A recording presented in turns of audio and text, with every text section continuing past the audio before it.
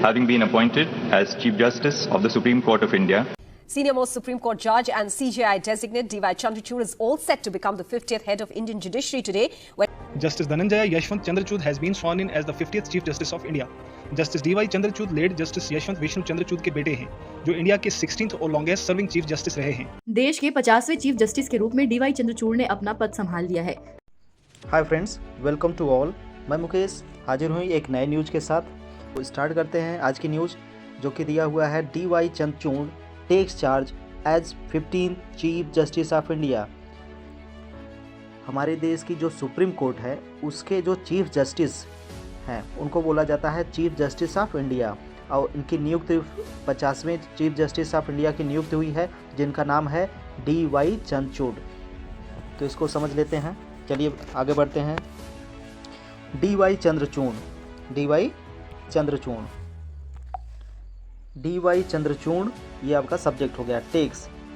अब हेडिंग की बात करें तो हेडिंग में मैंने आपको बता रखा है। अगर आप चैनल पे नए हैं तो सबसे पहले आप प्लेलिस्ट, वीडियो की प्लेलिस्ट पे जाइए और देख लीजिए कि न्यूज़पेपर के द हिंदू के हेडलाइन को पढ़ा कैसे जाए। तो ये आपकी कौन सी है हेडलाइन? ये प्रेजेंट इंडेफिनिट में है। किस में है? प्रेजेंट इंडेफिनिट में है, जिसे कंसीडर करेंगे पास्ट इंडेफिनिट में। तो D.Y. Chandrachud takes charge, takes charge, take मतलब लेना। तो D.Y. चंद्रचूड ने क्या किया? लिया। क्या लिया? चार्ज। किस चीज़ का चार्ज लिया? एज। एज का कई मतलब होते हैं, जैसे कि एज का मतलब जैसे कि भी होता है, की तरह होता है, के रूप में होता है। तो यहाँ मतलब है इसका के रूप में। उन्होंने चार्ज लिया के रूप में। किसके रूप में? The 50th chief justice of India, chief justice 50वें चीफ जस्टिस ऑफ इंडिया के रूप में उन्होंने, किसने? D.Y. चंद्रचूड ने चार्ज लिया। इसकी सब हेडलाइन को पढ़ते हैं। The new CJI has been part of several constitutional benches. The new CJI, जो नए CJI हैं। कौन? The new CJI part of, part of का मतलब भाग होना, ठीक है। पार्ट का मतलब भाग, ठीक है। अभी ऑफ के बाद में पढ़ते हैं उसे। इन्होंने कहा कि द न्यू CJI, CJI का मतलब चीफ जस्टिस ऑफ इंडिया, ठीक। हैज़ बीन के बाद जब कोई वर्ब नहीं आती और सिंपल आपका एग्जेक्टिव या एडवर्ब एग्जेक्टिव आ जाता है, तो सीधा सीधा मतलब इसका कंटिन्यूटी के बारे में होता है कि the new chief justice of India has been, वो रहे हैं क्या? पार्ट, भाग रहे हैं। किसके भाग रहे हैं? ये ऑफ बताता है। ऑफ का मतलब क्या होता है? का, के, की। क्या मतलब होता है? का, के, की। किसके भाग रहे हैं? सेवरल कॉन्स्टिट्यूशनल बेंच, बहुत सारी संवैधानिक जो बेंचेस बनाई गई थी। बेंचेस, कॉन्स्टिट्यूशनल बेंचेस के बारे में मैं बता देता हूँ। जब भी कोई केस बड़ा होता है, उस पर दो जजों की बेंच बनती है, 3 जजों की बेंच बनती है, 7 जजों की बेंच बनती है। ऐसे करके जो बेंचेस बनती हैं उसके ये एक पार्ट रहे हैं, उसके एक जज रहे हैं। बहुत सारे ऐसे कॉन्स्टिट्यूशनल बेंचेस जो बनी, ठीक। अगला, एंड लैंडमार्क वर्डिक्ट, एक लैंडमार्क वर्डिक्ट। वर्डिक्ट के बारे में मैंने लास्ट वीडियो में बताया था कि वर्डिक्ट का मतलब क्या होता है? डिसीजन देना, ठीक। कोर्ट का किसी मामले पे फैसला, ठीक। और जब चुनाव के बाद रिजल्ट आता है उसको भी वर्डिक्ट बोला जाता है। वर्डिक्ट का मतलब जजमेंट भी बोल सकते हैं आप। तो बहुत सारे फैसलों में ये भी एक भाग रहे हैं, उसके एक पार्ट रहे हैं, मतलब उनके उस फैसले में भी इनका योगदान रहा है। एंड डिस्क्राइब, डिस्क्राइब का मतलब क्या होता है? उल्लेख करना। डिसेंट, डिसेंट का मतलब क्या होता है? असहमति। एज, और इन्होंने उल्लेख किया। देखिए एक चीज़ तो आप जान लीजिए यहाँ पे, देखिए क्या है? डिस्क्राइब, डिस्क्राइब का मतलब उल्लेख किया। अब D.Y. चंद्रचूड के बारे में बता रहा है कि इन्होंने उल्लेख किया, इस पर टिप्पणी की। क्या चीज़? कि डिसेंट मतलब असहमति। एज अभी दे दिया है, एज मतलब के रूप में। यहाँ पे भी के रूप में, के सेंस में है। Safety valve of democracy, safety valve democracy के बारे में आप गूगल करेंगे तो आपको इसके फुल न्यूज़ के बारे में पता चल जाएगा। हालांकि इसका एक शॉर्ट डिस्क्रिप्शन में बता देता हूँ। इन्होंने कहा कि सामाजिक विरोध, अगर कोई जनता किसी चीज़ पे विरोध करती है तो ये डेमोक्रेसी का सेफ्टी वॉल्व है, ठीक। इस पे इसका भी व्याख्यान इन्होंने ही किया था अपने एक जजमेंट में। He will have a term of 2 years, he will have. अब देखिए विल हैव का यूज कब आता है? जब पोजीशन का सेंस देता है। हैज़ हैव, हैड और विल हैव, ये सब पोजीशन बताते हैं, मतलब अधिकार किसी चीज़ पे। He will have a term, इनका एक टर्म होगा। टर्म का मतलब होता है अ पीरियड ऑफ टाइम, किसी चीज़ का समय। He will have a term, इनका जो कार्यकाल होगा ऑफ 2 ईयर्स, ये 2 सालों का होगा। And will head the judiciary, और ये जुडिशरी के हेड होंगे अंटिल, कब तक, अंटिल मतलब तब तक, नवंबर 10, 2024, 10 नवंबर 2024 तक ये बने रहेंगे as a chief justice of India. Justice Dhananjay Yashwant Chandrachud, इनका पूरा नाम क्या है? धनंजय यशवंत चंद्रचूड़, जिन्हें आप DY चंद्रचूड़ बोलते हैं। वॉज स्वर्ण, स्वर्ण का मतलब स्वेयर का ये सेकंड फॉर्म है। वॉज स्वर्ण, वॉज स्वर्ण, स्वर्ण का मतलब होता है कसम खाना, स्वर्ण इन कसम खाई। अब एक इम्पॉर्टेंट चीज़ है यहाँ पे, समझने वाली बात है ना। हाँ, अब समझने वाली बात ये है कि वॉज स्वर्ण, वॉज स्वर्ण क्या है? ये पैसिव वॉइस में है, मतलब इन्होंने कसम खाई नहीं, इनको कसम दिलाई गई एज के रूप में the 50th chief justice of India, मतलब 50वें चीफ जस्टिस ऑफ इंडिया के रूप में इनको कसम दिलाई गई। किसके द्वारा? By president Draupadi Murmu. किसके द्वारा? द्रौपदी मुर्मू, जो हमारी प्रेसिडेंट हैं, भारत की प्रेसिडेंट का नाम क्या है? Draupadi Murmu. At a brief ceremony, और एट अ ब्रीफ सेरेमनी का मतलब एक बड़ा समारोह, ठीक, at Rashtrapati Bhavan in New Delhi on Wednesday को, बुधवार को नई दिल्ली के राष्ट्रपति भवन में द्रौपदी मुर्मू ने जस्टिस धनंजय यशवंत चंद्रचूड़ को कसम दिलाई। किस रूप में? As a chief justice of India, 50वें चीफ जस्टिस ऑफ इंडिया के रूप में। He took subject plus verb की सेकेंड फॉर्म, सीधी बात, ये पैसिव वॉइस का इंडिफिनिट, सिंपल इंडिफिनिट है, तो ही टुक टेक का सेकेंड फॉर्म। तो इन्होंने लिया द ओथ का मतलब क्या होता है? कसम, इन इंग्लिश, मतलब इन्होंने कसम जो खाई ना वो इंग्लिश में खाई। And in the name of God, और गॉड के नाम पे जो कसम होती है, जैसे कि अगर आप हिंदू हैं, जब भी आप कोर्ट में जाते हैं तो कसम आपको गीता पे रख के खिलाई जाती है, ठीक। आप मुस्लिम हैं तो कुरान पे रख के खिलाई जाती है। ऐसे ही जब कसम लिया जाता है तो जो उनके देवी देवता, जो उनके गॉड रहते हैं, उन्हीं के नाम पे होता है। तो उन्होंने जब इंग्लिश में खाया तो किसी पर्टिकुलर भगवान का नाम नहीं लिया, इन्होंने इंग्लिश में जब कसम लिया तो गॉड का नाम लिया, in the name of God.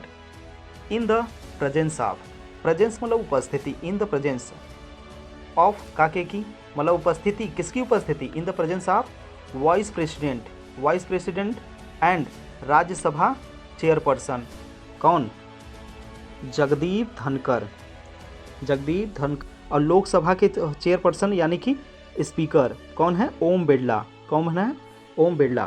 And defence minister Rajnath Singh, home minister Amit Shah and law minister Kiren Rijiju. इतने सारे लोग वहाँ पे प्रेजेंट थे, इनकी जो ओथ सेरेमनी थी। Prime minister Narendra Modi who was not present, जो कि प्रेजेंट नहीं थे, ट्वीटेड, उन्होंने क्या किया? ट्वीट किया। अब एक चीज़ मैं बता दूं, अब देखिए यहाँ से लेके यहाँ तक ना, यहाँ तक ये क्या कर रहा है? एक्सप्लेन कर रहा है, क्योंकि ये 2 कामा के बीच में है। अधिकतर ऐसी स्थिति होती है जब 2 कामा के बीच में कोई चीज़ के बारे में पहले वाले का डिस्क्रिप्शन होता है, डिस्क्रिप्शन बताया जाता है। तो प्राइम मिनिस्टर नरेंद्र मोदी, ठीक, ट्वीटेड, उन्होंने क्या किया? ट्वीट किया, जो कि क्या नहीं थे, वहाँ पे प्रेजेंट नहीं थे, उन्होंने ट्वीट किया क्या की चीज़?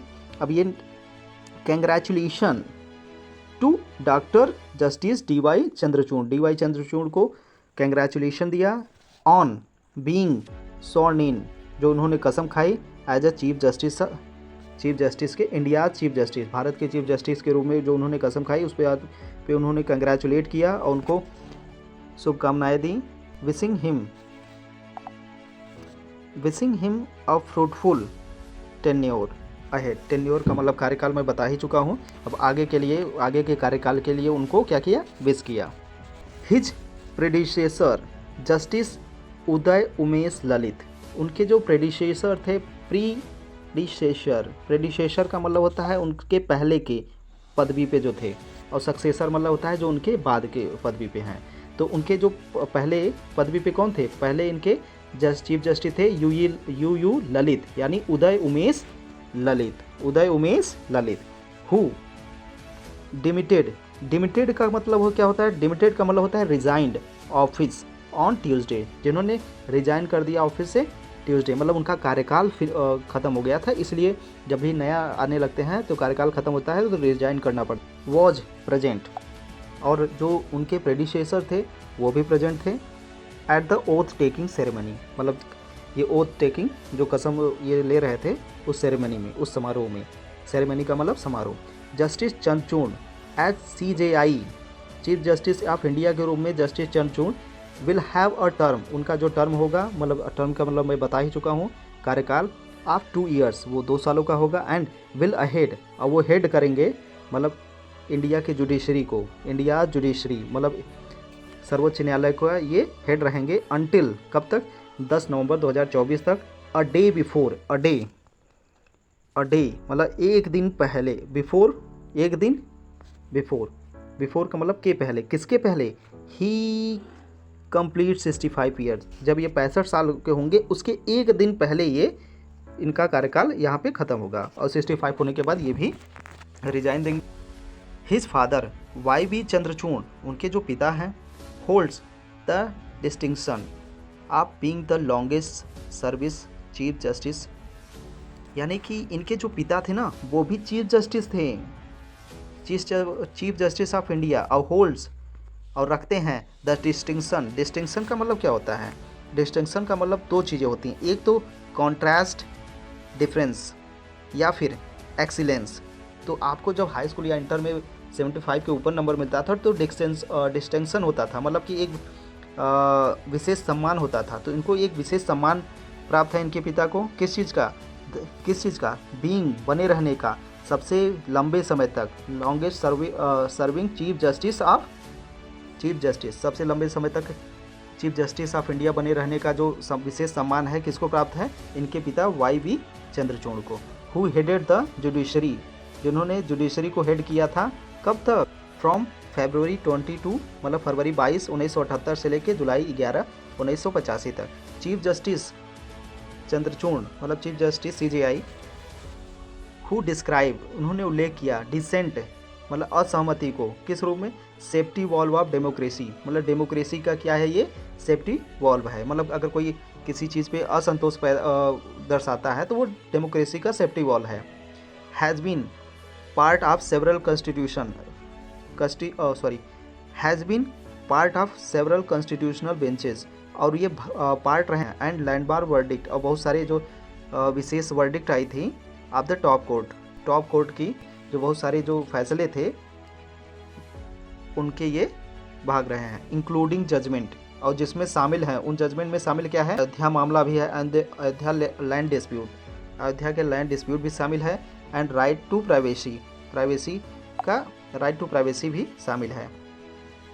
ही wrote the lead judgment for 9th constitutional bench, he wrote उन्होंने लिखा, द लीड